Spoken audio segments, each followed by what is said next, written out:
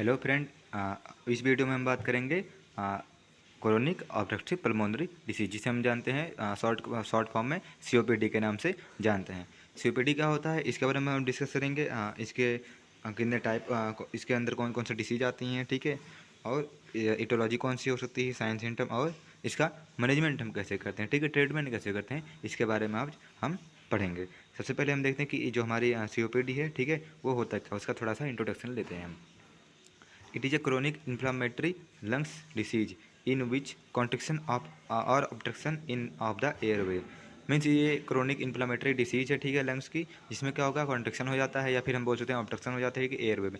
Means जो COPD होता है, ठीक है, वो क्या होता है, ऑब्स्ट्रक्शन कॉज कर देता है, ठीक, जिसमें नाम में ही क्लियर है, क्रोनिक ऑब्स्ट्रक्टिव। मीन्स जो ये ऑब्स्ट्रक्शन कॉज कर रहा है, जो हमारा एयरवे है, ठीक है, उसमें ऑब्स्ट्रक्शन कॉज कर दे रहा है, जिसकी वजह से वहाँ हमें लंग्स में और सारे सिम्टम देखने को मिलते हैं। तो हम सीधे बोल सकते हैं कि जो हमारी सीओपीडी है, ठीक है, वो क्या है, इन्फ्लामेटरी डिसीज है, जिसमें क्या होता है, हमारे एयरवे में ऑब्स्ट्रक्शन कॉज हो जाता है। इससे क्या होता है, so exchange of gases not take place particularly, hence difficulty in breathing. Means इससे क्या होता है, जो गैसेस एक्सचेंज है, ठीक है, वो प्रॉपर तरीके से नहीं होता है, और हमें डिफिकल्टी होती है, हमारे पेशेंट को डिफिकल्टी होती है, ठीक है, ब्रीथिंग करने में। It is a progressive and irreversible group of disease. ये क्या है, एक प्रोग्रेसिव मीन्स लगातार बढ़ते रहता है, ठीक है, और इरिवर्सिबल मीन्स ये अगर एक बार हो जाता है पेशेंट को, तो फिर ये ट्रीटेबल, मतलब ट्रीट नहीं है, ठीक है, हम उसको कंट्रोल कर सकते हैं, लेकिन ये सही नहीं होता पहले जैसे। Disease mainly emphysema and chronic bronchitis are the most common condition. इसमें जो बहुत कॉमन है, ठीक है, जैसे जो कंडीशन होती हैं, ठीक, क्या होता है, वो एक होता है एम्फाइसीमा और क्रोनिक ब्रोंकाइटिस, ठीक।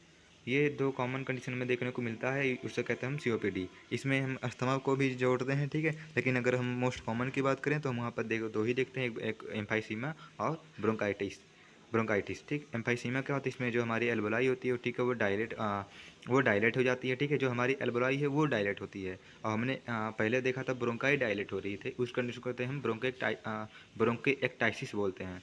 लेकिन यहाँ पर हमारी एल्वोलाई डायलेट होती है, तो इसको हम बोलते हैं एम्फाइसीमा बोलते हैं, ठीक। और हमें ये देखने को मिलता है इन्फ्लामेशन, ठीक, ब्रोंकाई जो होती है, ठीक है, वहाँ पर इन्फ्लामेशन देखने को मिलता है।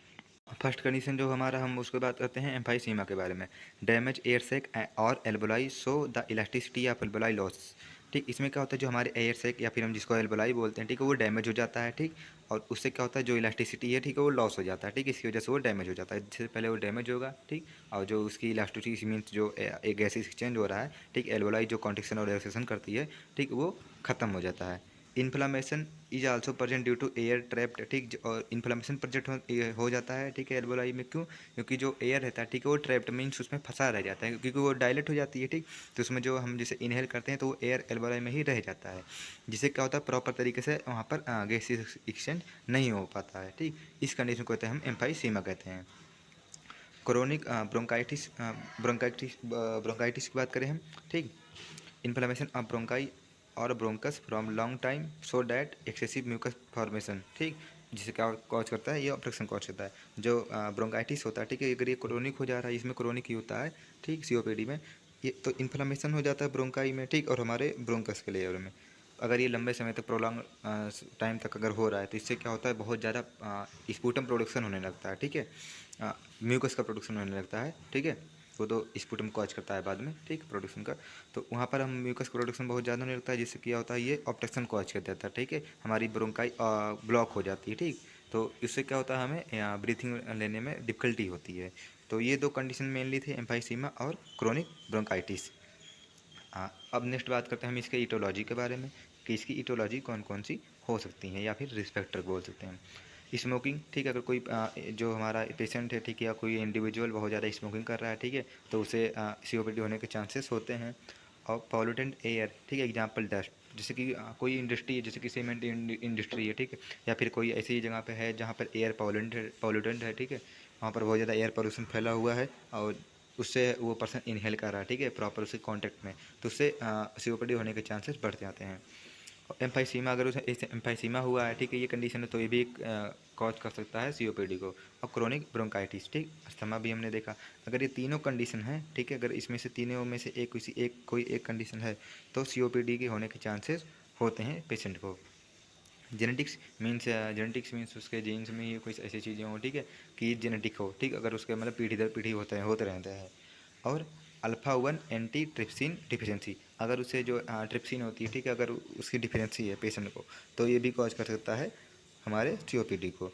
Occupational exposure to dust and chemical, हमने देखा पहले ही बताया, ठीक है, जैसे कि ऑक्यूपेशनल जहाँ पर वो काम कर रहा है, अगर कोई इंडिविजुअल अगर काम कर रहा है कि केमिकल फैक्ट्री में, ठीक है, या फिर डस्ट बहुत ज़्यादा जहाँ पर जैसे कि सीमेंट फैक्ट्री में बोला, अगर वहाँ पर काम कर रहा है तो उससे क्या होगा, वो बहुत ज़्यादा एक्सपोज होगा, ठीक है, केमिकल में, तो उससे जो उसकी एयरवे है, ठीक है, वो ब्लॉक होने के चांसेस होते हैं, तो ये कॉज कर सकता है COPD को, ठीक।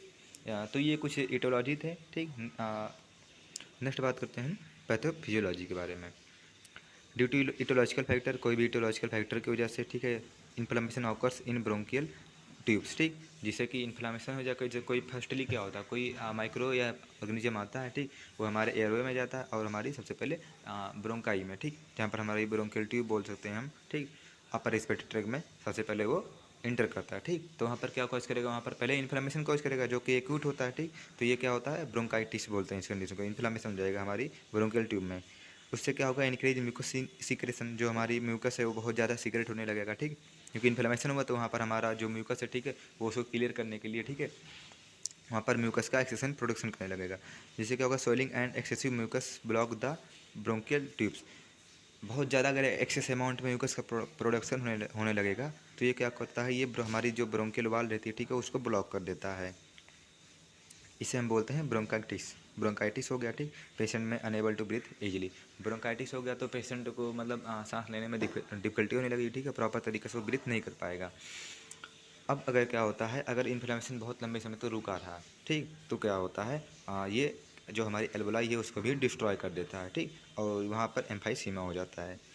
If inflammation remain for long time, ठीक, अगर इन्फ्लेमेशन बहुत लंबे समय तक रुक गया तब, जैसे कि हमें ब्रोंकाई में इन्फ्लेमेशन तो हो ही गया है, ठीक, ये हमारा अपर रेस्पिरेटरी ट्रैक्ट में हुआ है, ठीक, हम बोल सकते हैं जैसे फर्स्टली, अगर वो लोअर में भी आ गया, ठीक, तो वहाँ पर ब्रोंकाई में होगा। अगर ब्रोंकाई में बहुत लंबे समय तक रहा, वो ट्रीट नहीं हुआ, तो क्या करेगा, इट में डिस्ट्रॉय द एल्वोलाई टिश्यू, जो हमारी एल्वोलाई टिश्यू होती है उसको भी डिस्ट्रॉय कर देगा, ठीक, और हमारा जो एल्वोलाई है वो पूरी तरीके से उसका जो वाल है, ठीक है, एल्वोलाई का, वो डैमेज हो जाएगा और हमारी एल्वोलाई डायलेट हो जाएगी, ठीक है। यहाँ पर हमें देखने को मिलता है एम्फाइसीमा, तो ये क्या कॉज कर देगा, एम्फाइसीमा मीन्स हमारी एल्वोलाई डायलेट हो जाएगी, ठीक है, परमानेंट। यहाँ पर हम बोल सकते हैं ब्रोंकाइटिस हो गया और प्लस एम्फाइसीमा, ये दोनों कंडीशन हमें देखने को मिल जाएंगी। तो अगर ये दोनों कंडीशन हो रही हैं, ठीक, तो उसको कहते हैं हम COPD, ठीक, यहाँ पर हमारा पेशेंट जो होता है, ठीक है, वो COPD का पेशेंट हो जाता है।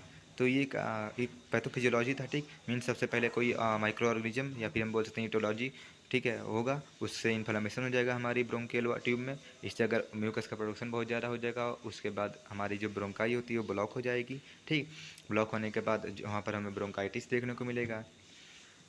अगर ये लंबे समय तक रुका रहा, ठीक है, बहुत लंबे समय तक इन्फ्लेमेशन बना रहा, वैसे हमने ट्रीट नहीं किया, तो ये क्या करेगा, हमारी एल्वोलाई को डैमेज कर देगा, ठीक, और हमें एम्फाइसीमा का देखने को मिलता है। और दोनों कंडीशन को हम बोल सकते हैं COPD, मीन्स पेशेंट को क्रोनिक ऑब्स्ट्रक्टिव पल्मोनरी डिसीज हो जाएगा। नेक्स्ट बात करते हैं हम क्लिनिकल मैनिफेस्टेशन के बारे में, ठीक, कौन कौन से साइन और सिम्टम देखने को मिलेगा नॉर्मली। क्रोनिक कफिंग, ठीक, बहुत ज़्यादा कफ होगा, ठीक है, पेशेंट को बहुत ज़्यादा कफिंग होगा, ठीक, बहुत ज़्यादा खांसी आएगी उसको, और किसके साथ, स्पूटम के साथ, ठीक है, स्पूटम के साथ खांसी आएगी, ठीक है, बहुत ज़्यादा डिजनिया देखने को मिलेगा, डिफिकल्टी होगी, ठीक है, सांस लेने में, और विचिंग साउंड देखने को मिलेगा, चेस्ट टाइटनेस रहेगा, ठीक है, चेस्ट टाइटनेस पेशेंट का फील होगा, पेशेंट को बहुत टाइट फील होगा, ठीक है, चेस्ट पे, और फ्रीक्वेंट रिस्पिरेटरी इन्फेक्शन, और बहुत ज़्यादा इन्फेक्शन होने के चांसेस उसको रहेंगे। रिस्पिरेटरी मीन्स जो जैसे कि लंग्स में या फिर निमोनिया, ये सब बहुत ज़्यादा उसको चांसेस रह जाएंगे, ठीक है, मतलब लगातार होते ही रहेंगे, ठीक। और इन लार्ज एल्वोलाई, हमने देखा इस कंडीशन को हम बोलते हैं एम्फाइसीमा, जो हमारी एल्वोलाई है वो बड़ी हो जाएगी, बड़ी होने का मीन्स वो डायलेट हो जाती है। वेट लॉस होगा, ठीक, और फटीग हमें देखने को मिल सकता है। क्यों देखने को मिलता है, क्योंकि हमारे बॉडी में प्रॉपर ऑक्सीजन सप्लाई नहीं होगा, ठीक है, हाइपोक्सिया भी हमें देखने को मिल सकता है, ठीक, तो उस वजह से हमें फटीग महसूस होगा, ठीक है, बहुत ज़्यादा थकान महसूस होगा। इसमें कुछ एडवांस सिम्टम भी देखने को हमें मिल सकते हैं, जैसे कि साइनोसिस देखने को मिलेगा, और मॉर्निंग हेडेक, ठीक है, जैसे मॉर्निंग में यूजुअली हमें हेडेक होगा, ठीक है, पेशेंट को बहुत ज़्यादा हेडेक होगा। वीकनेस देखने को मिलता है, हेमेप्टाइसिस, ठीक, मीन्स स्पूटम के साथ ब्लड आएगा, ठीक, और sole and feet and ankle, जो हमारा पैर और ये ठीक एंकल है, ठीक है, उसमें सोइलिंग प्रेजेंट रहेगा। तो ये कुछ हम बोल सकते हैं एडिशनल या फिर एडवांस सिम्टम हमें देखने को पेशेंट में मिलता है। तो ये था हमारा साइन सिम्टम। नेक्स्ट बात करते हैं हम डायग्नोस्टिक इवैल्यूएशन के बारे में, ठीक है। डायग्नोस्टिक इवैल्यूएशन कौन कौन से हम डायग्नोसिस करेंगे, ठीक है, पता लगाने के लिए, ठीक है, पेशेंट को सीओपीडी हुआ या नहीं। फर्स्ट आता है फिजिकल एग्जामिनेशन हम कर लेंगे, ठीक है। फिजिकल एग्जामिनेशन में जो चार होते हैं, जैसे कि अस्कल्टेशन, ठीक है, पाल्पेशन, ठीक है, परक्यूशन, ये सब हम कर लेंगे, ठीक है। उससे फिजिकल एग्जामिनेशन और हेड टू टो एग्जामिनेशन कर लेंगे, ठीक है, ये सब फिजिकल एग्जामिनेशन में आता है। उसके बाद हिस्ट्री कलेक्शन हम पेशेंट का ले सकते हैं, ठीक। चेस्ट एक्सरे करवाएंगे पेशेंट का, सीटी स्कैन चेस्ट का, ठीक, और एलएफटी लीवर फंक्शन टेस्ट, ठीक है। और हम करवाते हैं एबीजी एनालिसिस, ठीक। यहाँ पर अल्ट्रा ब्लड गैस, ठीक है, एनालिसिस करवाएंगे हम पेशेंट का, जिससे हमें O2 लेवल और सारी लेवल हमें पता चल जाएगा। पल्स ऑक्सीमेट्री करवा सकते हैं हम, और ब्रोंकोस्कोपी, ठीक है, जो हमारी ब्रोंकाई उसमें उसको विजुलाइज करने के लिए, ठीक है, हम यहाँ पर ब्रोंकोस्कोपी करवा सकते हैं। और स्पूटम कल्चर, हम अगर स्पूटम कल्चर करवाते हैं तो वहाँ पर हमें एंटीजन का पता लगता है, ठीक है, कि कौन से बैक्टीरिया या फिर वायरस की वजह से वो कंडीशन हुई है। तो ये सब कुछ टेस्ट थे, ठीक है, जो हम करवा सकते हैं सीओपीडी में। नेक्स्ट बात करते हैं हम ट्रीटमेंट के बारे में, ठीक है, कि ट्रीटमेंट क्या होगा। हाँ, ट्रीटमेंट जैसे कि हम ब्रोंको डायलेटर दे सकते हैं, ठीक है, क्योंकि वो ब्रोंकाई जो हुई है वो उसमें क्या ऑब्स्ट्रक्शन कॉज हुआ है, तो वहाँ पर हम उसको डायलेट कर देते हैं, जिससे कि ये जो हमारा एयरवे है, ठीक है, वो उसको थोड़ा नॉर्मल से थोड़ा ज़्यादा स्पेस मिल जाता है और वो प्रॉपर ब्रीथ कर सकता है हमारा जो पेशेंट होता है। तो वहाँ पर हम ब्रोंको डायलेटर देते हैं, जैसे कि अस्थालीन देते हैं, अस्थालीन मीन्स साल्बुटामॉल दे सकते हैं हम, और डेरीफाइलिन देते हैं। एंटी इन्फ्लामेटरी एजेंट देते हैं हम, ठीक है, पेशेंट को, क्योंकि इन्फ्लामेशन हुआ, ठीक है, उसको रिड्यूस करने के लिए वहाँ पर हम एंटी इन्फ्लामेटरी एजेंट प्रोवाइड करते हैं। माइकोलिटिक, जहाँ पर माइकोलिटिक मीन्स हम ऐसे एजेंट प्रोवाइड करते हैं जो क्या करता है, जो हमारा म्यूकस का प्रोडक्शन हुआ है, ठीक है, उसको वो कम करने का काम करता है, ठीक है, हमारे एयरवे को क्लीन करता है, मिकोलिटिक, ठीक है, माइकोलिटिक जो एजेंट होते हैं। एंटीबायोटिक प्रोवाइड कर सकते हैं अगर हमें जिसे डायग्नोसिस में पता चल रहा है कि वो बैक्टीरिया की वजह से हुआ है सीओपीडी। प्रॉपर वैक्सीनेशन करवा सकते हैं हम, ठीक है, वैक्सीनेशन, क्योंकि यहाँ पर इन्फेक्शन होने के चांसेस बहुत ज़्यादा बढ़ जाते हैं, ठीक है, तो वहाँ पर हम प्रॉपर वैक्सीनेशन करवा सकते हैं पेशेंट को। निकोटीन रिप्लेसमेंट थेरेपी, हम निकोटीन रिप्लेसमेंट थेरेपी प्रोवाइड कर सकते हैं, ठीक है, पेशेंट को, ठीक, और O2 थेरेपी प्रोवाइड करेंगे और स्टीम इनहेलेशन हम प्रोवाइड करेंगे पेशेंट को। इससे क्या होगा, इन सबसे हमें जो पेशेंट होता है, ठीक है, ये देखो, अगर एक बार सीओपीडी हो जाएगा तो वो तो ट्रीटेबल है नहीं, ठीक है, बस ये सिम्टोमेटिक ट्रीटमेंट है, ठीक है, जो हम उसको देते रहते हैं, क्योंकि जो सीओपीडी होता है वो इरिवर्सिबल होता है। तो वहाँ पर ट्रीटमेंट बस होता है सिम्टोमेटिक, ठीक है, मीन्स सिम्टम के बेसिस पे, जिससे कि उसको रिलीफ मिल जाए, ठीक है। तो ये सब हम कर सकते हैं, ठीक है, जैसे कि ब्रोंकोडायलेटर, अगर उसे डिफिकल्टी हो रही है तो वहाँ पर हम ब्रोंकोडायलेटर देंगे, ठीक है। म्यूकस का अगर प्रोडक्शन बहुत ज़्यादा हो रहा है तो वहाँ पर हम म्यूकोलिटिक देते हैं, ठीक। तो ये सब हम कर सकते हैं, ठीक, ट्रीटमेंट थे हमारे। हम सर्जिकल ट्रीटमेंट के बारे में बात करें या फिर सर्जिकल मैनेजमेंट के बारे में बात करें, तो वहाँ पर होता है ब्लोक्टोटॉमी, ठीक, लंग्स वॉल्यूम रिडक्शन सर्जरी करवा सकते हैं पेशेंट का, और लंग्स ट्रांसप्लांट हम करवा सकते हैं पेशेंट का।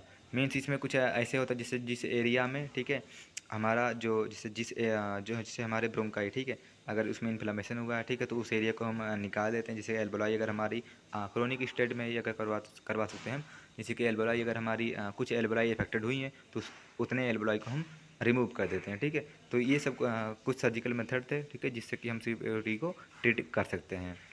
यहाँ पर हमारा सीओपीडी ख़त्म होता है। हमने देखा क्या क्या सीओपीडी का डिफिनीशन देखा, उसके अंदर से कौन कौन से डिसीज आते हैं कॉमन, उनके बारे में, ठीक है, थोड़ा डिस्कस किया, इटियोलॉजी देखी, और उसके बाद हमने देखा उसका डायग्नोसिस, और लास्ट में हमने देखा उसका मैनेजमेंट देखा।